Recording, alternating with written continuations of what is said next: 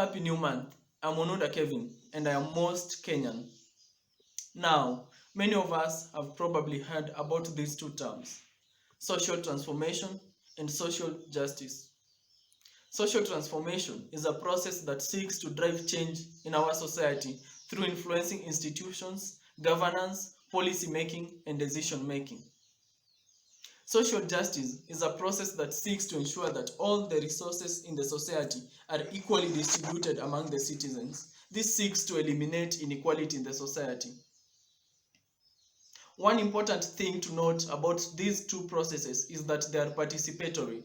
This means that each one of us is required to play a big and critical role in ensuring that we take personal responsibility in order to achieve these two concepts. As citizens, we all have a role to ensure that our voices are heard. We all have a role to ensure that the policies that are passed have our input. We all have a role to ensure that we take part in decision making at our national level, at our county level, and at our ward levels.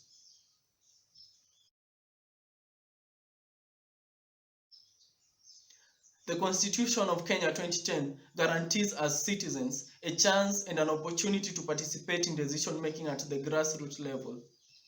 Through the County Budget and Economic Forum, we are able to give our opinions, we are able to offer our inputs into what we desire to see implemented during the budget making process.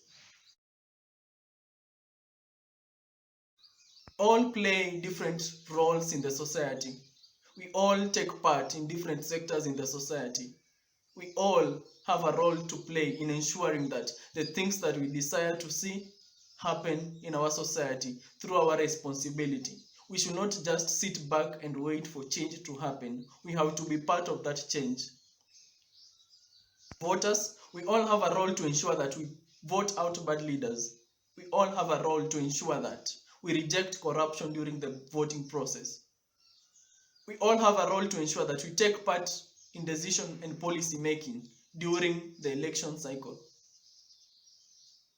As managers and as organizations, we all have a role to ensure that we come up with policies, with systems, and with values that ensure there is no discrimination in the organizations and in the society based on gender, religion, tribe, and many others. Think about it. How many times do we sit back and blame poor policies, bad governance, bad leaders for the problems that we face around us? How often do we decide to become proactive? How often do we say we are taking responsibility for the change that we want to see? Talking is not enough. We need to act. The time is now. Stand up and vote out that bad leader.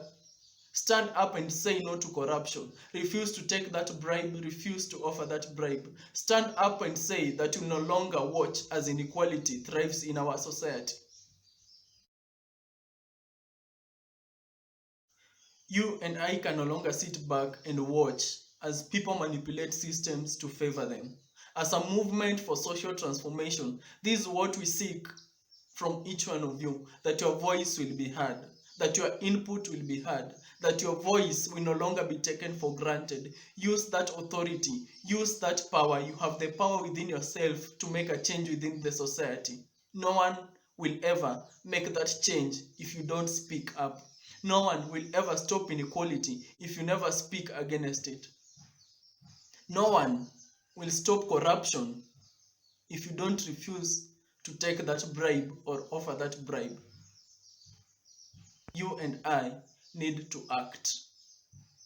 You and I need to participate collectively in the movement for social transformation. I endorse this message.